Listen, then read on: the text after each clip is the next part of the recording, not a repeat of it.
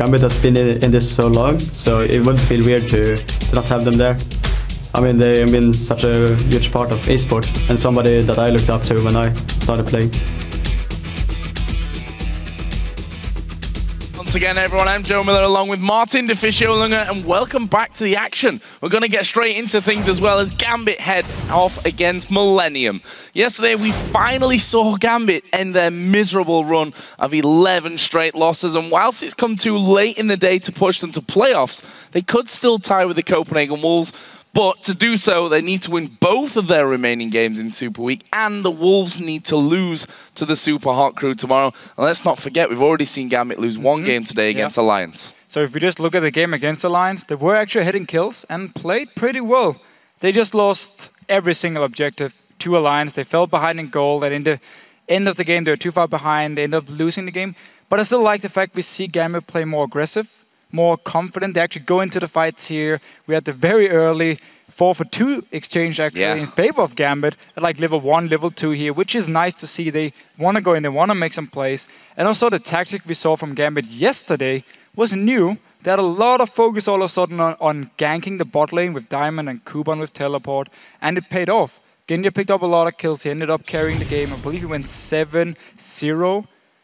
Which is great, and not something we have seen from Genja in a long time, because he's been stuck on his Caitlyn pick where he didn't really do anything. And also, they really played the poke comp they had yesterday.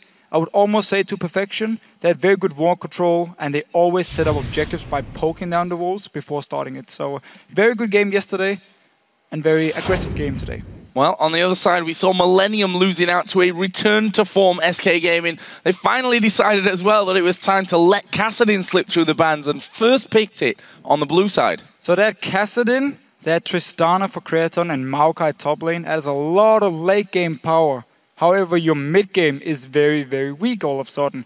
They did have a good start. They got 2 early kills on Freddy, but then they simply lost all control of the game. Creaton was completely shut down. We saw SK Gaming and Freddy and Svenska down to just tower dive him and kill him. And he actually sat on a static shift for the first Dragon fight, where Candy Panda had a Trinity Force.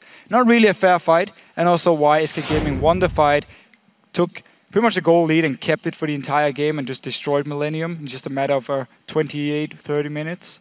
And now, for me, the weird, or the unlucky thing, we could say, for Millennium is the fact they lose to a potential quarterfinal opponent. So it could have hurt the confidence going into the quarterfinals. But Millennium is a team who kind of looks back on the games and laugh if they lose and say, okay, let's just fix whatever mistake we have and then move on. Well, we'll find out here shortly if they've moved on from that one. Let's check out the starting lineups for this game. On the blue side today, it's Gambit Gaming with Kuban in the top lane, Diamond in the jungle, Nick in the mid lane, Genja on AD carry, and Edward the support. On the red side, we do have Millennium with Kevin in the top lane, Codnex in the jungle, Kerberos the mid laner, Creaton on AD carry, and of course Jerry as the support. So let's get a report then from LOLesports.com and see who you guys have predicted to take Game 5 today. With 74% of the vote, you've chosen Millennium. Almost 3/4, and when you look at form, it's easy to see why. Well, yes. Still, we see more votes for Gambit now. They've been under 20% for the last few games here, but now moving up a little bit. Been looking better in the Super Week, and it should just be a good sign for Gambit leading into the promotion tournament if they can keep improving and then actually re-qualify. So let's talk about bans and picks then and what's going to get through. Millennium, we've said it already, they managed to get their hands on Kassadin. Didn't work out the way that they maybe would have been expecting. They're on the red side today as well, which you'd expect means then a Kassadin ban at least. Yeah, Kassadin ban from Millennium should be pretty obvious. I wonder if they want to actually target Nick with the bans, because I do believe Gambit will look towards Kerb. Fizz could be a ban. Twisted Fate, we have seen it being banned against Kerb before. And then, of course, we have to look at Gragas top lane. Kuban played it yesterday. Great TPs, great ults. There was one he missed the entire game. Everything else hit perfectly. Definitely should or could be a ban for Millennium. Otherwise, we know Kuban is going to first pick it. And then we have to see what they actually want to counter it with. So I want to pose a question about the AD carries, because you talked about Genja moving on to, or moving away really from Caitlyn. Obviously, Lucian is disabled right now. Is it worth taking away the Kog'Maw to put Genja back onto that pick that's not been so successful? Well, hopefully he would just log in a Corki, and we did see him play Tristana earlier. True. A bit of a different style, maxed his W and jumped into people, but still it was very manly. Just didn't win them the game anyway. Well, let's find out here as the bans are starting to come through then. So Fizz taken away against Kerp. No real surprise there. Lee Sin also away from Cottonex on the other side. That's that red side casting ban. And taking Orianna away from Gambit's mid laner. So they banned Orianna yesterday against SK Gaming as well. So clearly don't want to deal with this lane bully and also, of course, the very strong team fights she brings. The Fizz ban, however, very standard against Kerp. He was the first guy in Europe to actually play it, and Overpower joined in. He wanted to play it as well. Teleport, we've seen Fnatic play it as well. Now become a standard ban, to be honest. Along with those bans, we see the final one from Gambit will be Zilean and Evelynn taking away a common ban against Diamond. So Gragas is open, and yeah, as you just said, Evelynn is banned against Diamond pretty much every single game. Even though he has shown a lot of other junglers, they keep banning Evelynn. With Lee Sin gone as well, there is an Elise option for Cottonex, but we've also seen his Rengar, which was very good for 15 minutes, and then it was complete garbage. For the rest. We'll see. We'll see about that one. We did see, however, the Gragas being locked in. And as you mentioned, Kubon, in that win yesterday for Gambit, was in the right place at the right time so often. That bottom lane fight that we showed in a replay yesterday was really well done from Kubon. It was just Gambit Gaming putting full focus on helping Genja and Edward. So every time they were pressured around their own tower, Kubon would TP down, join in for whatever fight was happening, and make sure Gambit won it, got a few kills, could take the dragon as well. They took 4 out of 5 dragons yesterday, which is very new for this Gambit lineup to actually get the dragons in the game, get the objective goal. So it was a very, very important pick. Should, however, mean we could see a Maokai from Kevin. It's a lane where both of them should be able to farm, and then Maokai will come this tanky beast in the late game where Gragas normally builds some AP. On the other side then, for Millennium, they did decide to take Elise away here, so something different maybe for Diamond to consider this time around, although it's been going back a lot to Kha'Zix as well, we have to say. Also, they took Tristana for Creaton. Okay, so very, very nice pick for Creaton here. Tristana has become the new safe AD carry, which you can just instant lock in the first rotation because you are so good in the laning phase. Your mid game, yes, we always talk about how you go downhill a little bit, you're a bit weak in the mid game, but then as soon as you get to late game points, you are strong again. And with Elise, already got some good tower pushing potential here because Elise is one of the only junglers who are actually ranged and can then push up waves, get a few hits on the tower here. And if Gambit takes away Maokai here, it's simply to make sure Kevin doesn't lock it in for the top lane. And it's actually very smart as long as Diamond can play properly. And as long as they maybe lock that one in. Very true. Well, they've switched back to it. So Maokai taken away. Does that as well mean that we may see a possible Maokai top lane support Gragas? Oh, yes. Yes. Very, very nice spotted there, Joe. Because we have seen Edward play Gragas support. He was the first guy to do it in Europe as well and had actually quite some success with it. Very aggressive laning phase. Like he wants to play the lane. He always wants to go in your face. So could definitely be Gragas support here. Also saw Ziggs picked up here for Nick. And we've seen he likes these safer mid laners as well. In fact, played the Gragas yesterday, the Ziggs in their win yesterday over the Copenhagen Wolves. Actually ended up 9-2-5 as well on that. Good performance. On the other side though, for Millennium, their next 2 picks have been locked in. We're going to see Yasuo coming out and also Braum for support. So we did see Kevin play Yasuo against Gragas top lane. Back when Millennium played against Copenhagen Wolves and they had the Zilean mid lane, Yasuo top lane. Zilean is of course banned away, so not an option this time, but could still be the top lane Yasuo we have seen before. And it's actually fine against Gragas in lane. He can farm against him. Against Maokai, should also be pretty easy for him to farm because Maokai is not the strongest laner. So, Rammus, an option, we have to say, since Diamond has actually played it before. Kog'Maw, we're pretty secure on that one. You know, we never want to fall into Eddie's trap of, you know, talking about what he's hovering over. But it will be a Kog'Maw locked in then for Genja. What we were expecting really coming in. And it seems like we are actually going to get the support Gragas because Edward is looking at Kha'Zix at the moment. And Diamond really seems to favor it. And he loves to just max his W, evolve it, and poke. Poke Kite all the time. When someone drops low, he jumps in, he finishes them with his Q, and then as soon as he's level 11, he gets the reset, and it's the way he wants to play it. It makes his ganks slightly weaker in terms of damage, and also his overall team fight damage before he hits the point where he actually involves his Q at level 16 is also weaker than we normally see from a Kha'Zix, but you have a lot of poke instead, and you can kite. And when you have a Ziggs and a Gragas, it's actually the same champions they had yesterday. You can just kite for days. Yeah, pretty much the exact same lineup, really, across the board. Obviously bringing Maokai in there and moving the Gragas down to the support role for Edward. Over on Millennium side, though, their final choice here was Twisted Fate, so we will be seeing Kevin taking the Yasuo into the top lane. And he does have a few knock-ups here, or knockbacks, from the bottom lane of Millennium, so good amount of setups for him. And then, of course, you have now Elise, Twisted Fate together to catch people off, get the CC down, Braum can follow up, and then you just blow people off with both Tristana and Yasuo.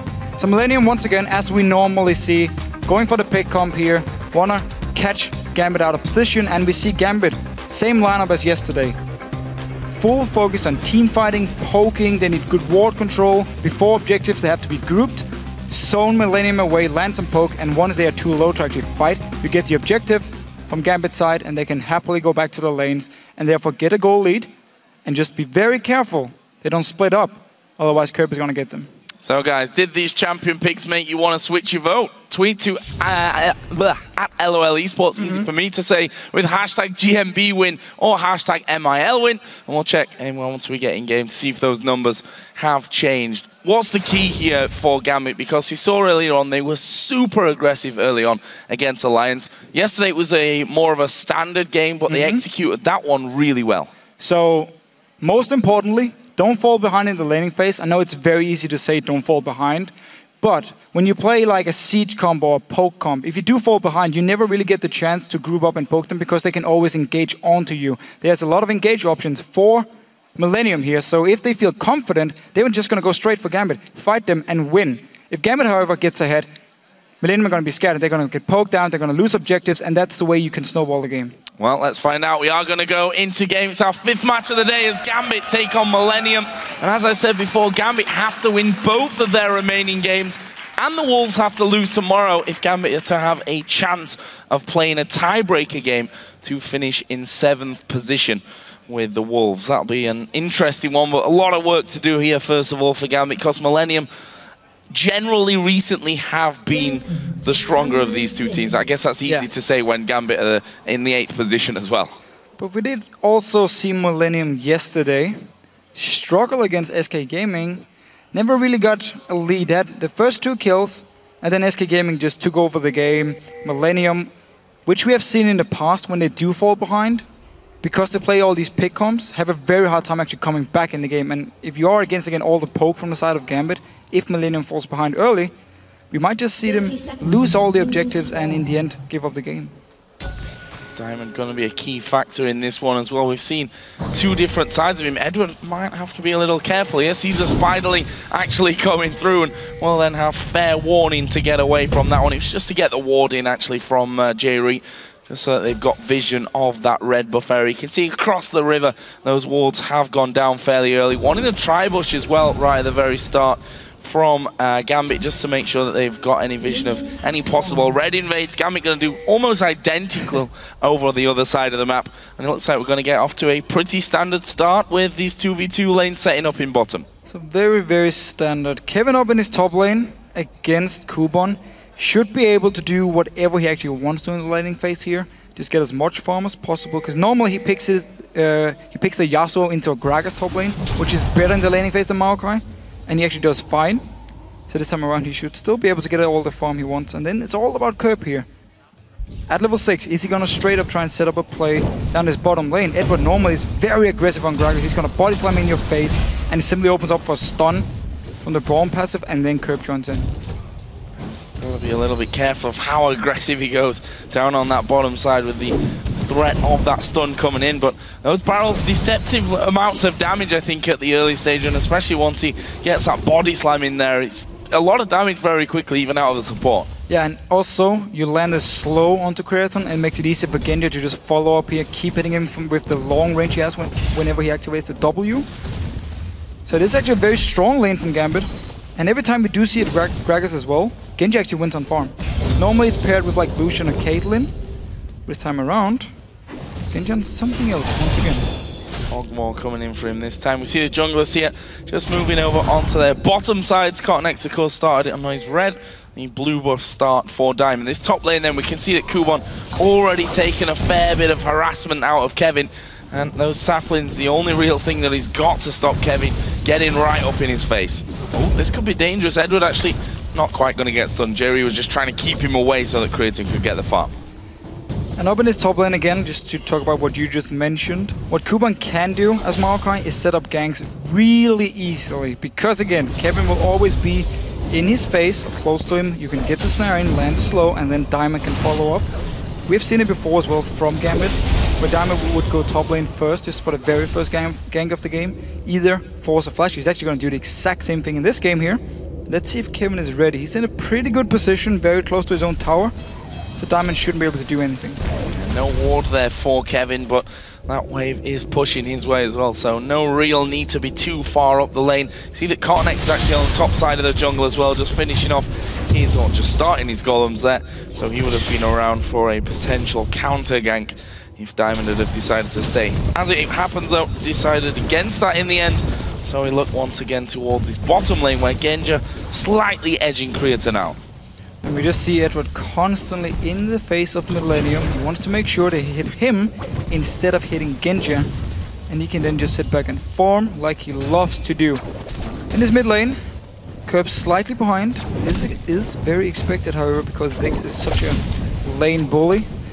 And normally we actually see Kerb start Flask on Twisted Fate, simply to get the extra sustain. But decided to go Doran's Ring this time.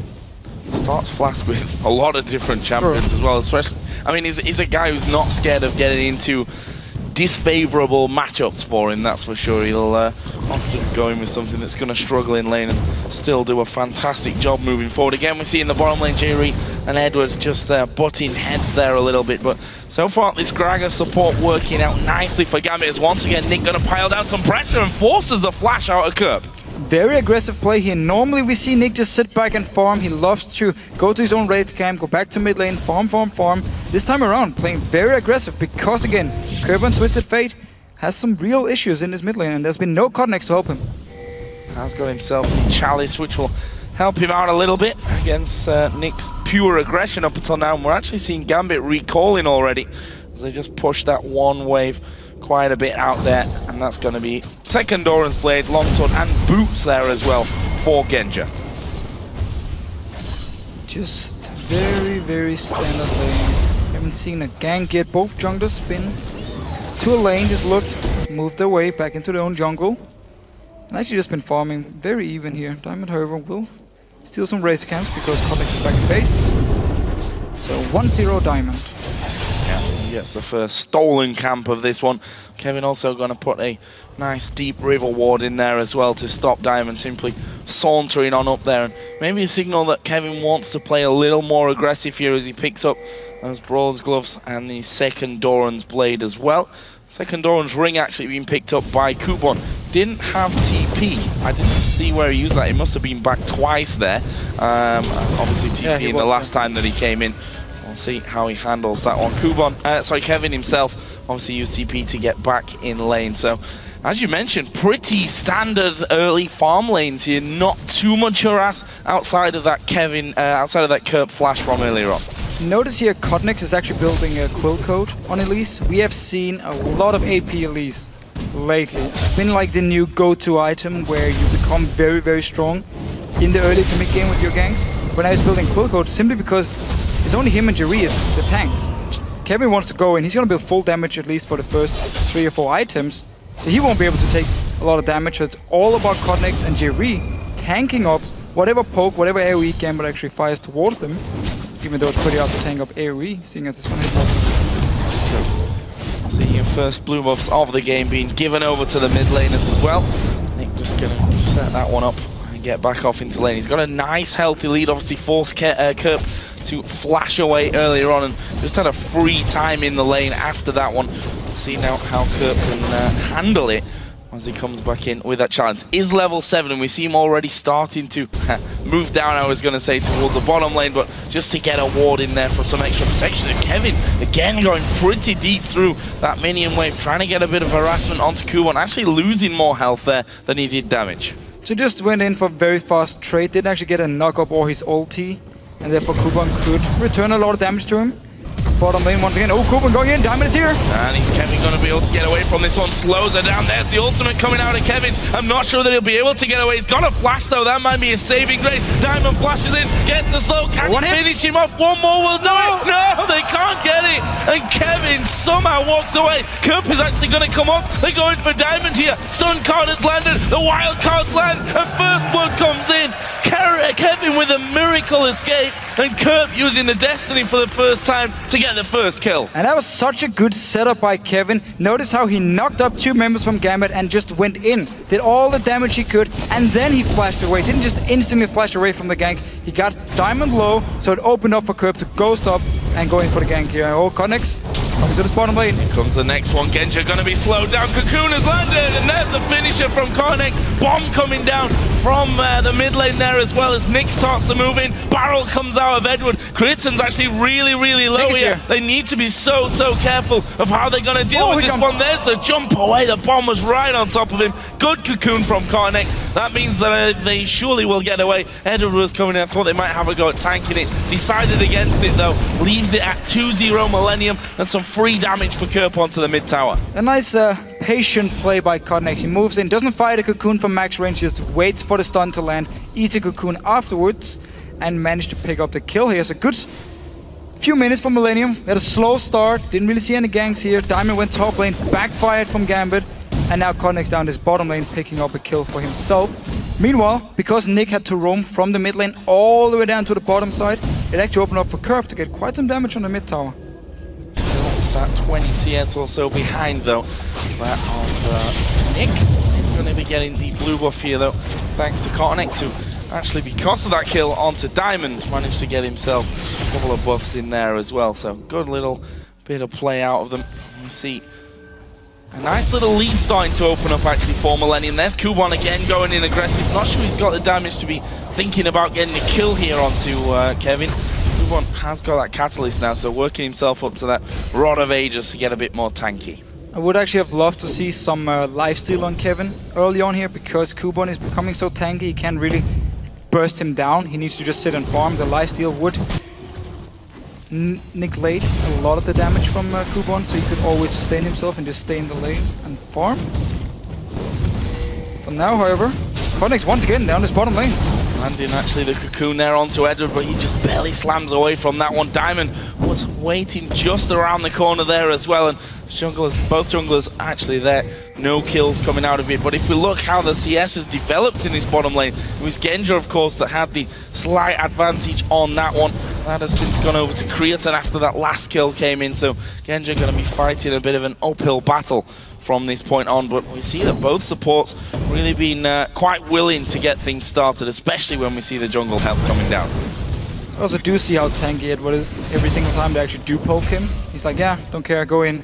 Last hit a minion for the Relic Shield heal, and then he just goes back to being good old Gragas. Curp, once again, taking a lot of poke here. Oh, he's going for it. Going for it again. He's going to go for this one. His ultimate not available. In fact, I think he must have used that fairly early on in that little trade there. And in the end, no kill coming out of that one. Meanwhile, Kevin going aggressively onto Kuban, but Diamond gonna come in from the backside. Kevin not expecting this one. Can he get away this time? No flash available to him. There's the ulti actually going through the minions once again, off towards his tower, but there is a dive in from Kuban, and Gambit get their first kill of the game. And this time there was no Curp to help Kevin, because he was back in base. He's gonna teleport down to his mid lane, however. Oh, stun card lands. He's in the bush, but he's able to land them. There is a TP coming down behind him, but Nick's going to be already dead by the time Kuban gets there, and he can't do any more from that. Edward had roamed up as well. They might get some good damage onto his tower, especially now with Diamond coming in. Jerry coming from the mid lane here, or coming from the bottom lane, into trying to defend the mid lane, and everyone simply backs away. A lot of action all of a sudden. Everything actually started from Nick, forcing Curp back in base, and then the gank happened up in the top lane. They made sure Curp couldn't counter gank it like he did before. Will, however, take this mid tower, at least get it even lower than before. Go very low, actually. His wildcard there just connecting onto Diamond, stunning him up, and that's a good amount of damage to Diamond underneath the turret, and that tower will be going down at some point in the near future. Meanwhile, Millennium have moved their bottom lane up. Junglers there, they're going to have a good go at Dragon. It's going to have to be a steal from Eddie. He's got a barrel available. Well, the Dragon being pulled right to the edge of the pit, smited out by Cottonex for the first one of the game. Going to Millennium. Just a very easy Dragon call. First of all, Diamond was very low in the mid lane. Kubon had already used the teleport as well, so he wouldn't be able to join in. And now, once again, Kevin fighting with Kubon up in his top lane. Fighting an ultimate. Kubon always seems to just, when it's just standard trades, no ultimates used, at least not from Kevin. Kubon did use his. He actually wins out on the trade. And does have that Rod of Ages now done, so bit of additional power for him. We actually see a Cutlass coming out here for Kevin. So we did see some extra lifesteal.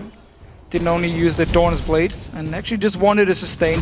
I do believe last time he played Yasuo top lane against the Gragas, he did the same thing where he got a Blade of the Ruined King as the very first item, even though we normally see a static shift, simply to be able to one-on-one and just sit in that lane and keep farming, and then just use the teleport if he actually wants to join in for a fight. So that bottom lane again pushed out by Creaton.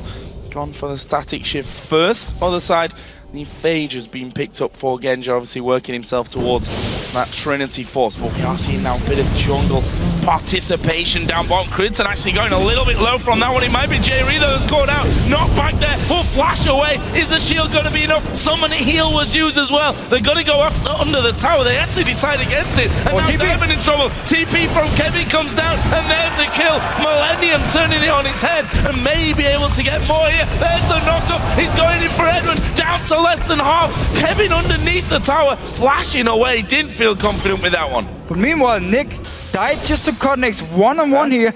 I do think actually Nick was moving down to throw the bomb and was looking at the bot lane, didn't actually see his own character, and then Cottonex just jumped him and killed him here. But very nice response by Kevin, teleporting to the bot lane after J-Re flashed and then stand behind me over to Creaton to make sure he stayed alive.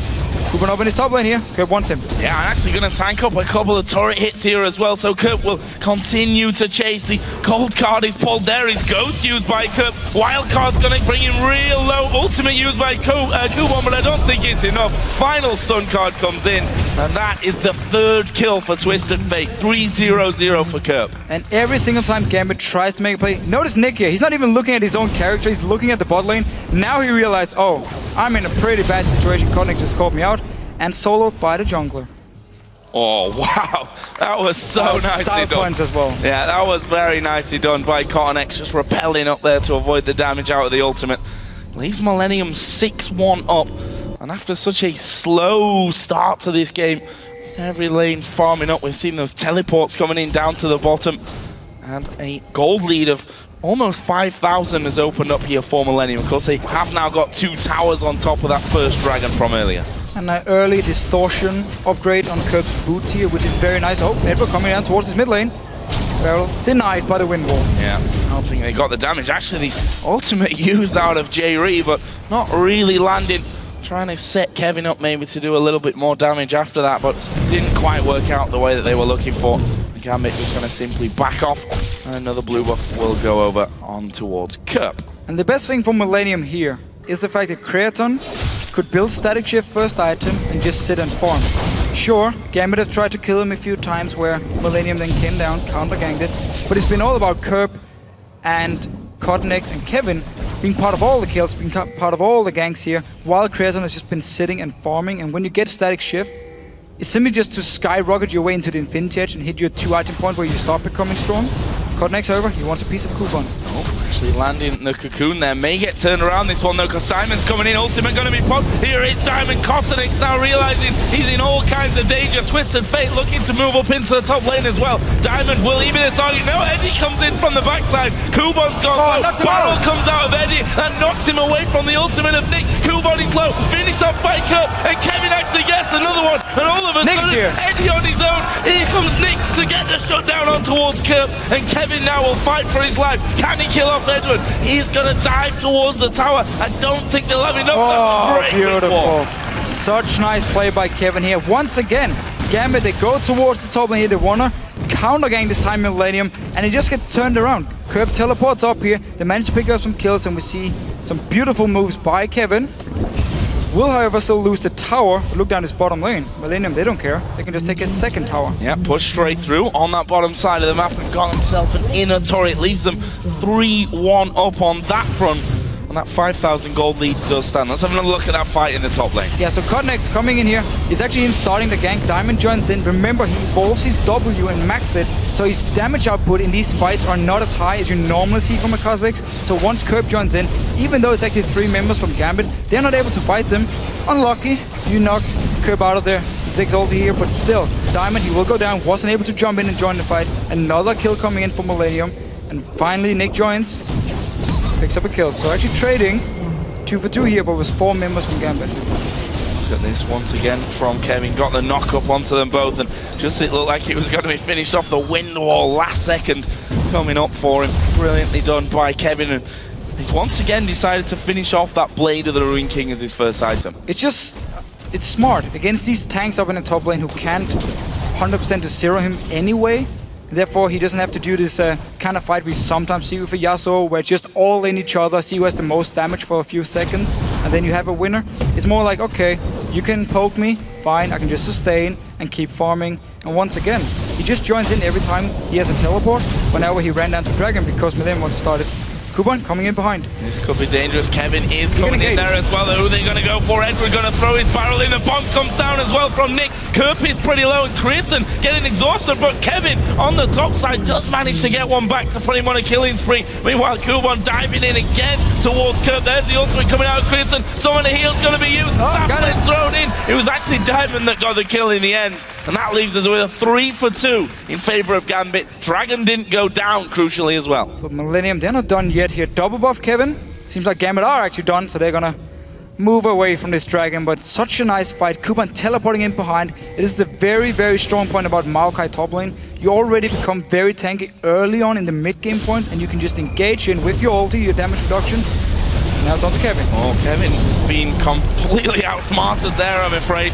We saw him coming down towards his bottom side. Diamond decided to stick around and, well, they just lured him in for what was an easy kill. And now Creighton a little bit too far back here. Still has that tower. Slow actually lands onto Creighton, and Gambit realizing that they couldn't really kill him, especially now with Kerp moving down. Destiny is available. Going to see another fight for Dragon. Teleport is also available for Kevin. 10 seconds. But they don't actually start the Dragon, even though there's 5 members from Gambit. They need Kevin to respawn, then he can join in. Kuban is still fairly low. He could be an easy target for him if he jumps in. Wildcard will do some decent damage from Kevin behind him. From Nick will hurt, and there is Kevin coming in from the backside. There is the first 2 kills. Creighton almost going down as well. The shutdown did come through though for Kerp onto Kuban. Will they trust themselves here to go for this fight? Kerp just gonna run amok and try and stop them from finishing off this Dragon, and neither team very safe about going for these Dragon kills. And in the end, it looks like Gambit actually going to back away again. But all these fights have been around the Dragon, and nobody actually killed it yet.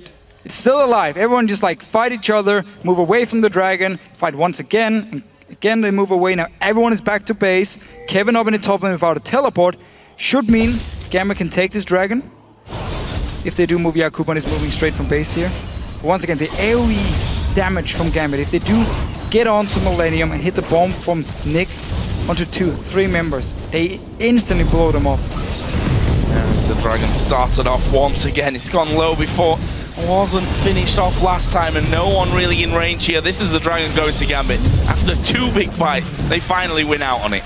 And now Kevin is going to take the top tower. There's no teleport on Kuban to actually stop him, so Millennium trading Dragon for the top tower. Didn't want to deal any more with all this poke, all the AoE damage from Gambit. Now let's see, again, Blade of the Ruined King on Kevin. So we might see him just stick to his lane and keep pushing it down. Still needs to be careful because it's so easy for Kuban to get onto him and just perma-slow him while Diamond can join in. And as long as they know where Kerp is, they should be able to chase him up, force a flash, or maybe even kill him. We're seeing all that AoE damage once again, especially from Nick, who's just throwing everything at him. Does a lot of damage to multiple members. No one's particularly tanky on that team. You talked earlier on about Cornex actually going for the Golem first. Has actually gone into a bit more damage with Haunting Guys and Sorcerer Shoes. Just mixing it up a little bit. He wants the Ancient Golem just to get some HP at least. Then he goes towards some magic damage, so he also actually can kill someone in these fights here, but he's got a bit of a mix of everything. Late game, Spirit of the Ancient Golem is very strong because you get 25% bonus HP from it, which means all the bonus HP you get from items or whatever it is will then scale up.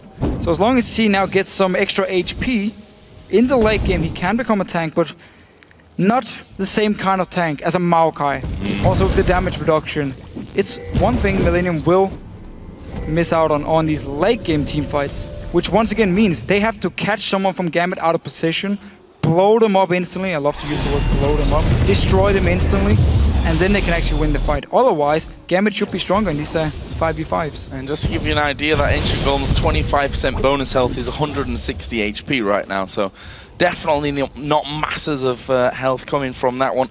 We'll see, though, how it all works and which route CottonX actually decides to go. Meanwhile, Kubon is going to be coming back up to this top lane to face off against Kevin, who's now got that static shift, got a level advantage over Kubon as well. So needs to be just a little bit careful of how much he approaches Kevin, I think, here at this point.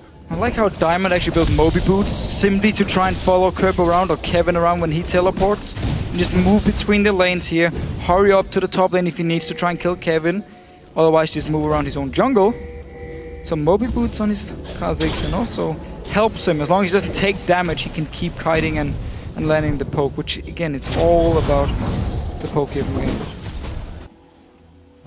Jeremy actually trying to land his Q onto Dime, but probably needs to get away from it because Edward and Nick were both around there. Genja has gone into Genja mode, let's call it for now. Right back into that bottom lane, freezing it up and getting as much farm as he possibly can. We see 192 to 185 over Creatine. Let's keep track of the CS there as well, because the mid lane, we talked about that earlier with Nick having a big lead over Kerp after everything. That has now really evened up as Kevin going to actually get dove on here by Kubon. Let's see how much damage these two can actually do to each other in the end. There was the knock-up actually coming away, and that forces Kubon just to back off. And Gambit, they have to either kill Kevin very, very fast or just move away from him. Otherwise, Kerp will join in with his Twisted Fate, and they've seen it before. Therefore, Kubon didn't chase, even though Diamond and Nick was actually moving towards the top lane to help him. And very early Baron here by Millennium, at least setting up for it, waiting to see if Gambit wants to face check. Definitely. Genji's still down the bottom lane. Yeah, Genji's going to show himself. Actually, Diamond going to take a lot of damage. Bomb comes in, gets the one. Jerry might go down as well. He actually shielded a lot of that damage. Kevin coming across. There is the TP from Kubon. And finally, Genji has moved back up to them. So Millennium here may actually fall foul of this. Going to be at least forced away from Baron. Question is, with a 5-on-4, will Gambit trust themselves to actually start it? Well, they do have a Kog'Maw, no blade however, so he won't take it down as fast as we normally see, but they do actually start it. 4 members from Millennium. Kerp is pushing this top lane now. He needs to join in. He needs to pop his ult as well. It's actually, never mind, they do have a ward in the pit, so no need for the ult. Nick done so much damage to them there, but he's at half HP. Need to be careful as Edward is going to dive in there. There's the coming in on towards Kevin, but Kerp's at the backside as well. He's going to be throwing the carbs in left and right as Kevin gets an ulti up, but does go down straight away afterwards. CottonX, meanwhile, having to repel away from everything, and Gambit pretty low. Kerp's running low on mana here as well. Let's see if he can finish up. Oh, flash away. Actually going to pop his Destiny. Where's he going to go with it? Around the corner. Goes shoots as well. Here comes Creatine.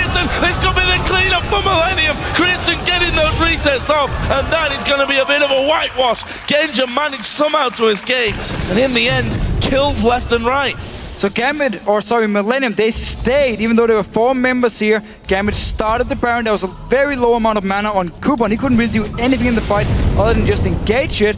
And then Millennium just bought time. Creatine came back in, and in the end, he cleaned it up. Very ballsy teleport from Kerp. But still, it worked. Got a lot of damage onto Gambit. We're just going to see it again here. Notice how Kubon, after he goes in, his mana is very low. He's now done from the fight pretty much, but he's still tanking up all the damage from Millennium. He's doing a very good job. Genja in the back, full mana, full HP, hammering away on people. But now, it's not about killing anyone anymore. It's just about buying time and poking them down. Notice how Creatine on the red buff from Millennium is running down to join the fight. Edward just survives here, and then Kerp goes in. That's a manly move. 4 people, no hourglass, you have no mana left, just buying time. Creatine joins in, takes some kills. Able to get that double in the end. Genja actually walked off in the opposite direction as well. Where's the blue buff just going to be giving over to Nick Diamond, tanking it up until his mid lane he came across. In all of that big crazy fight around Baron, the Dragon has respawned and Millennium are onto that one. He's going to go very low. Here comes the bomb though. Smited out nicely by Cottonex. Goes over to Millennium for a second time. I really love how both these teams are just constantly looking for objectives or fights. They don't just go back to a laning phase. The first 5 minutes, standard lanes, then we got the first ganks, and all of a sudden, everyone just wanted to be part of some kind of fight. We've seen quite some team fights already. Also going very back and forth. In the end though, Millennium with the Dragon, with the goal lead. And a very, very twisted fate at this point. 7-3-3. If you can't get in and do the damage though, that might be a bit of a moot point, whether you've got 7 or 70 kills. If you're going to get taken down straight away, could be a problem for Millennium. We'll have to see how that one all works out. We were talking earlier about Cottonex and how he decided to go in for a bit more damage. He's gone for a Banshee's Veil here. Obviously it makes sense. There's all that damage is really coming in from Nick there. Pretty much everything from Gambit is actually magic damage, except for the poke from Diamond, and then you have the auto attacks from Genji. But there's a lot of magic damage on the side of Gambit here, and also makes it even harder for Nick to instant blow up people, as you just mentioned before, and of course means the poke from Edward onto someone like Cottonex suddenly means nothing because he's not building any AP in this Gragas here.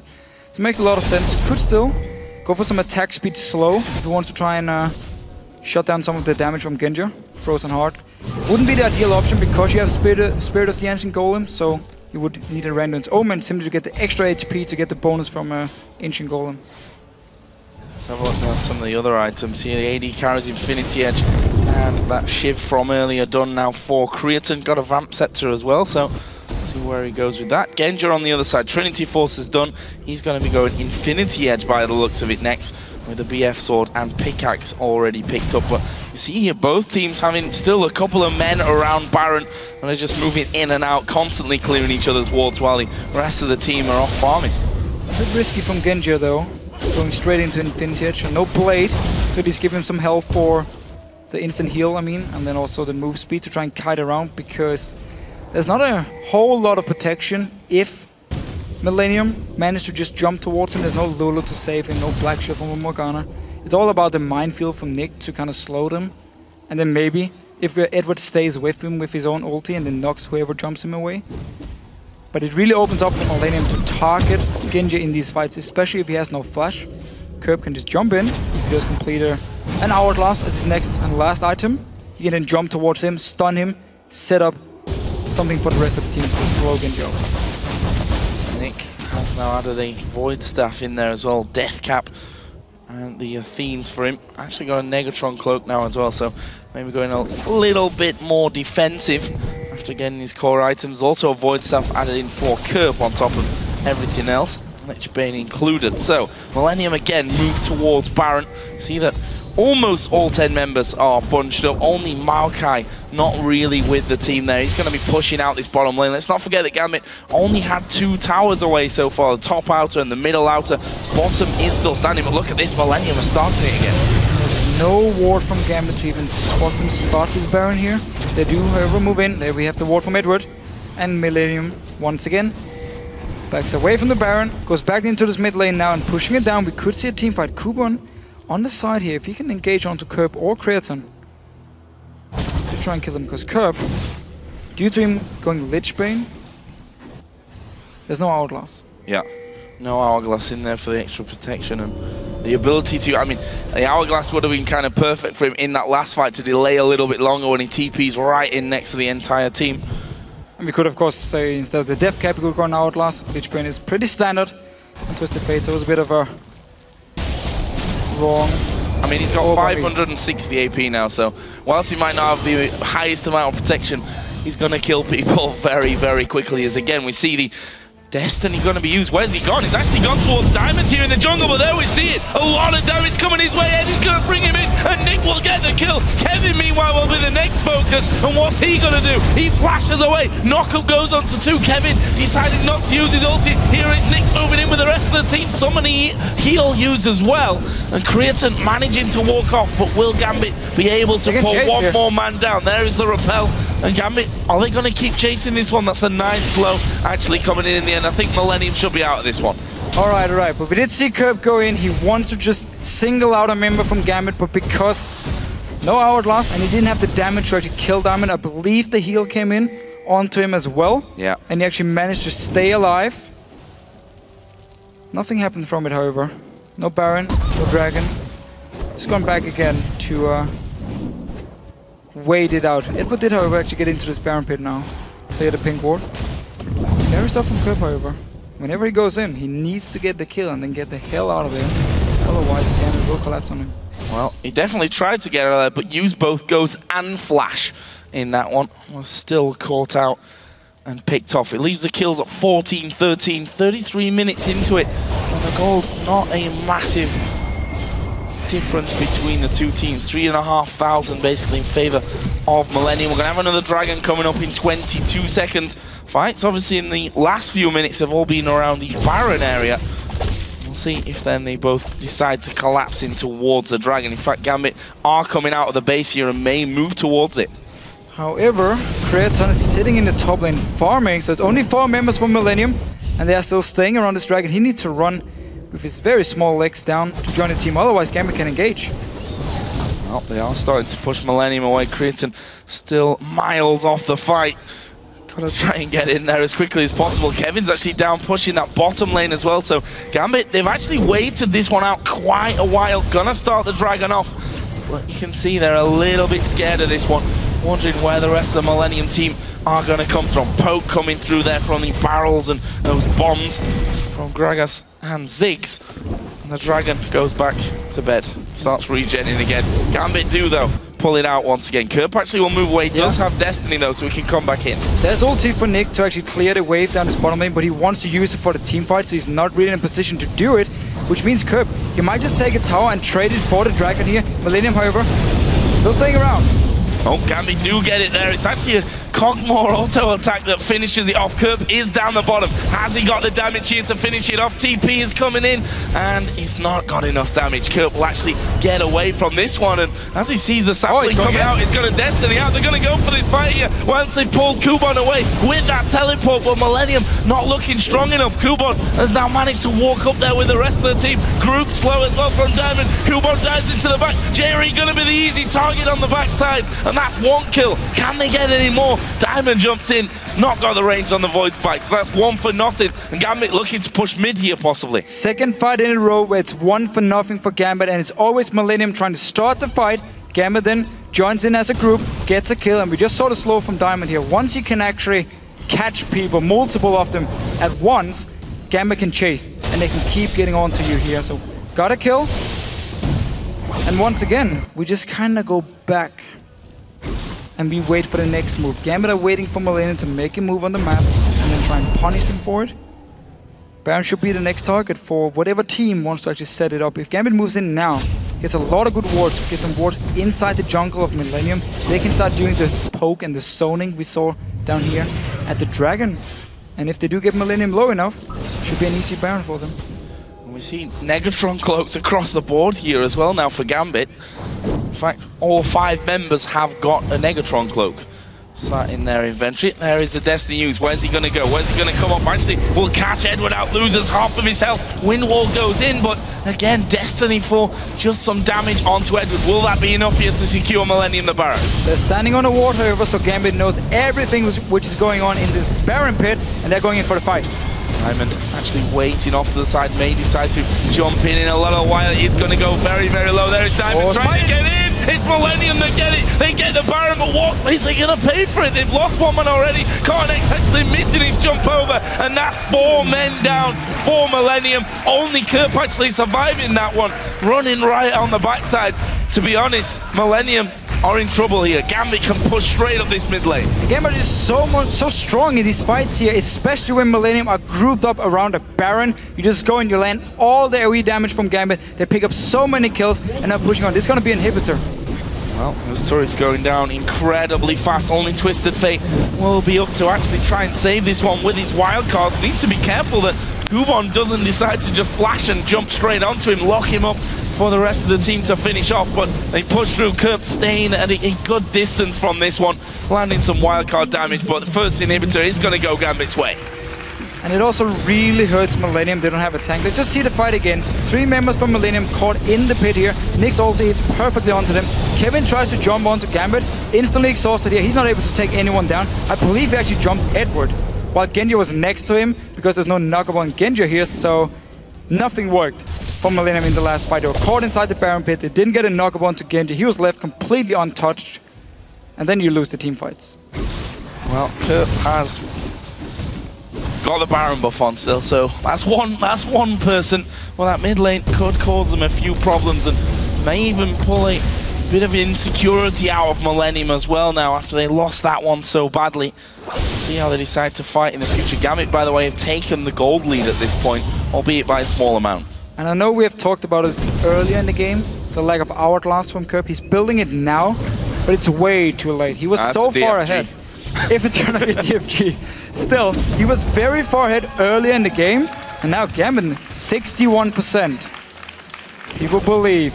And they are playing well, really punishing KERP again for his lack of hourglass. He could have built it so many minutes ago, like 10 minutes, 15 minutes, 20 minutes ago, because he had the gold, he had the kills, and then he could just keep engaging fights, land a stun, pop the hourglass, and Millennium could join in, boom, kill, easy peasy. If you look down some other items, Kubon's turned his Negatron Cloak into an Abyssal Scepter as he dives right into the middle of them. See, Guardian Angel was finished off by Genji.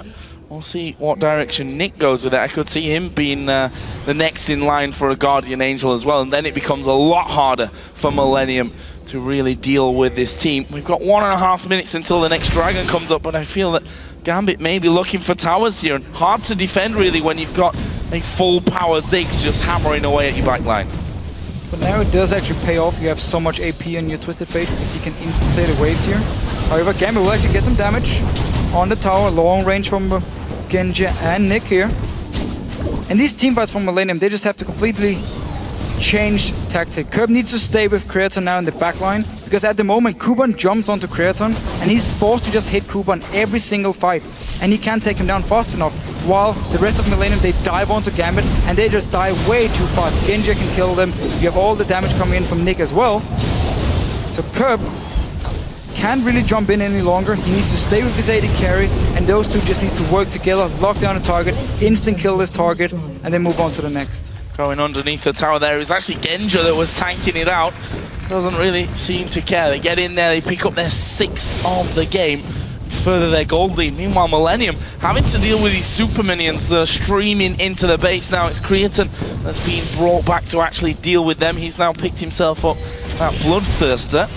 What are Gambit's next moves? Top lane, of course, still, or is the only lane with a turret outside of the base left standing. However, they took that last dragon, and they're going to go for another one. Bloodthirster here. Again, he wants to have the shield, all the AoE damage or the ulti coming in from Nick, but Last Whisper would really help him against Kuban here. But again, it's all about Creaton killing Kuban, because he's the guy jumping him every single fight. No less, never mind. Just completed the Last Whisper. Just had all the gold in his backs. And now he has it. So now it makes a lot of sense. Able to pick that one up. What are the other items? We see a locket actually finish for Edward. Nick has not actually done anything with his Negatron Cloak up until now. Does have almost 2,000 gold to spend as well. That will, if we look, still a couple of thousand gold overall behind that of KERP.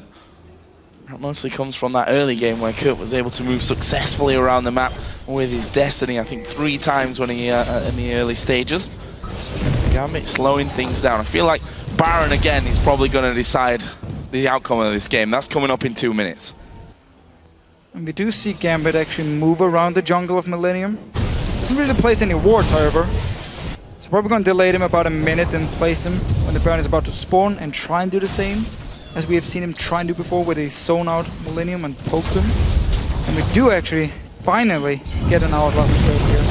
Time jump in, now KERP can go in. KERP going straight into the back, actually singling out Kuban. There's the knockable, they're throwing everything at Kuban. He is finally going to go down, but half a Millennium low there as well. KERP almost being blown up, and there is Diamond coming in from the side. They've been split up. Creaton actually trying to get onto the turret there. Can they actually catch up with him? KERP so low at the back, and Genja was trying to get in there. Jerry will be the target and will go down as well. Diamond now on a rampage from that, and the Xeno turret is going to fall. Millennium can't defend. But such a hero death by Coupon here. He tanked 5 members, he got them low, did a lot of damage, and then the rest of Gambit just joins in, picks up a kill, get the tower, and Genja still, he has the Guardian Angel, he has a red buff, he's more than happy to stay.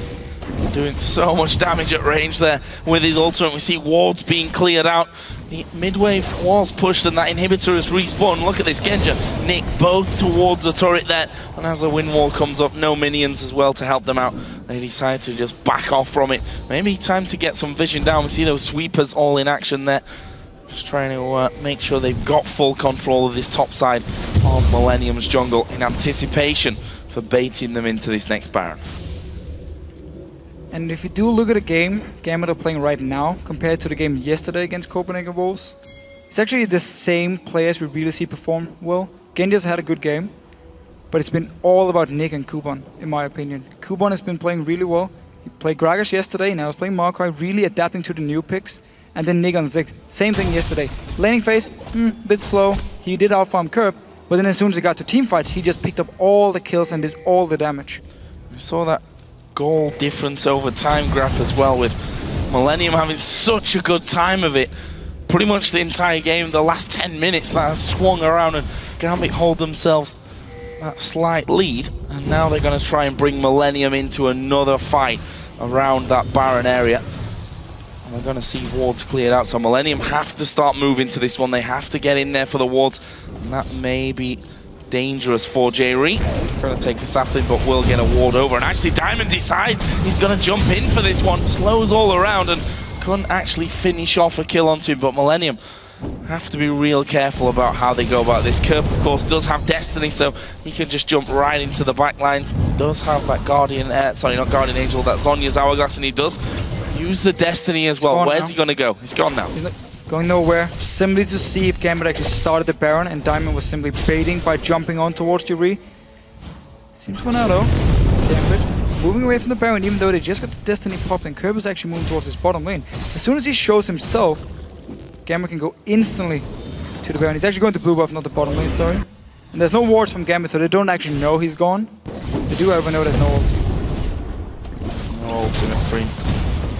Dangerous. If there was a ward there, you'd expect Gambit just to turn around and go straight in towards that Baron. 100%. Not the case this time though. Kerp not spotted doing that, and now has a blue buff as he comes in towards a possible Baron fight. Already going to be started off. It's going to take Maokai about 4 years to do Baron on his own. Probably would survive it, that's how tanky he is at this point though. And there we go. Gambit turn back around, start to move in for it. Destiny still not off cooldown. They're going to throw everything at it. Edward actually trying to keep them away. We've got Diamond fighting Continex off to the side. Diamond actually having to jump away from that one, and Gambit stopped here from doing the Baron. Will they be able to catch anyone out? Looked like they were going for Kevin there. Kuban actually uses his ultimate very preemptively. And then we'll back away. Of course, his ultimate cooldown is literally half a minute, not even that, just a few seconds at this point. And Millennium here making a bit of a positional play possibly to move in towards this inner turret in the middle lane. Finished off easily, was already low, and they walk away, bullying Gambit away from Baron and get themselves that tower. However, bottom lane is pushed up heavily onto the inhib turret. Someone needs to go and deal with it. Kevin does have his teleport, there's ulti on Kerb as well. Someone does have to go back, clear it. Does seem however like the minions actually doing a lot of damage on the tower.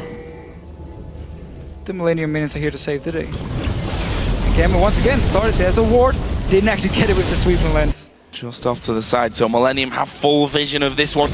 Gambit gonna spot Kevin coming around the side. There's the Destiny pot coming onto the top side. Baron is already low. It's gonna go over to Gambit though, and now Millennium in trouble. Connect will be the first target. What can Kerb do? He's stunned up Nick there, but Kuban again is tanking the entire team. It's a double kill for Diamond in the back. There is Genja getting another one, and Kerb will fall as well. Only Creaton left alive. He's running back towards Gambit's base, and Gambit are just gonna run in and try and win. They have to send Kuban back to defend her because there is minions at the towers. Only Creaton alive. Gambit, you have time. Just go straight for the base.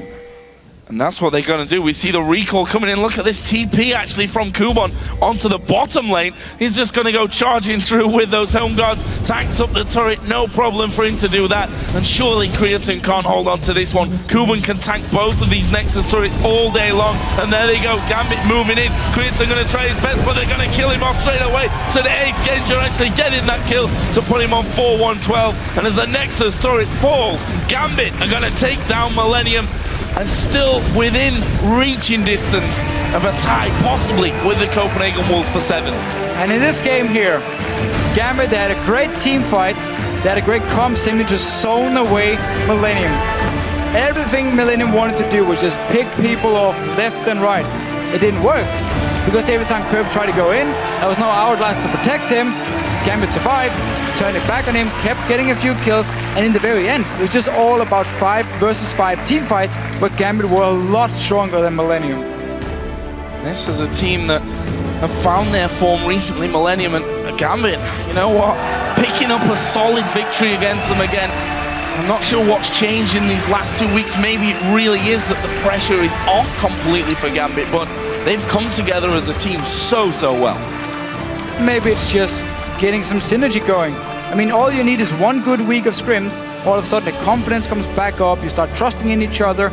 It seems to me like Kuban, at the moment, the team trusts in him. When he calls, I'm going to TP in, they know it. They're ready for it. When he wants to engage the fights, the rest of Gambit, they follow instantly. And of course, the man on your screen we just had before, now we have 2 beautiful men, was Diamond. 8 kills on Kha'Zix. Maybe not the champion where he goes in and just instantly blows up people because he involves his W first. But the amount of times he just lands it, pokes, and makes sure Millennium can never engage or disengage, really set up a lot of kills as well for Gambit here.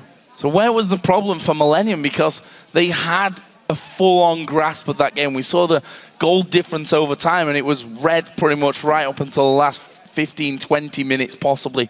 By the end, we saw Kerp, we talked about Kerp already, that he got that Zhonya's Hourglass very, very late. Could have bought it early on because he did get off to such an amazing start. And then also the first few team fights we had, Millennium was standing as a group. So whenever Nick threw his ultimate or Kuban went in, all the AoE damage from Maokai and Ziggs just exploded at once onto Millennium. A lot of members either dropped very low or died, and Gambit actually did really well in these team fights here. And then Millennium completely stopped split pushing. We constantly saw them run together as a group, which is what Gambit wants to do, because then it's very easy for Gambit to avoid being caught out of position. And then whenever Kerp wanted to catch someone, backfired, and therefore Gambit simply got too strong for Millennium to deal with, and they won the game. I have to give credit here to Kuban as well, because 100%. He played so amazingly. 6-5, 13 by the end. Beastly tank, even bought a Thorn Mail as his last item in there, and he's really stepped up for Gambit these last few games. He's playing really well. He got a lot of flack in the start, but people didn't really like his playstyle. Now with Maokai and Gragas as his new champions, looks very good. Incredible stuff. Another win for Gambit, so let's go down to Shox on stage for Nick's take on that Gambit victory. Thank you very much, Joe. Congratulations, Nick. That's a second victory for Gambit here in Super Week. Talk me through the game from your perspective. Incredibly close once again. Yeah, like I played this game versus Twisted Fate, which is much more comfortable for Ziggs, I guess. I took Kerp flash a few times, I think 2. I did some mistakes dying, but in the end, Kerp didn't build defensive items enough, and we cuffed him like a few times, and this transitioned quite well to us gaining the lead that let us basically close the game. Yeah, you definitely set up together with Kuban in this game, and it is actually clear that team play-wise, Gambit has been a lot stronger this week. So tell us, what has changed for you guys? Why have you guys improved coming into this week? I think basically some guys went with for they like know right now what was wrong. They started to listening much more to advices from our analysts, from other players, and I think it will be okay. You think it will be okay? Thank you very much. Congratulations once again. Okay, thank you too. All right, we're going to take a quick break, but when we come back, it's an old school dust-up between Fnatic and SK Gaming. Stay tuned.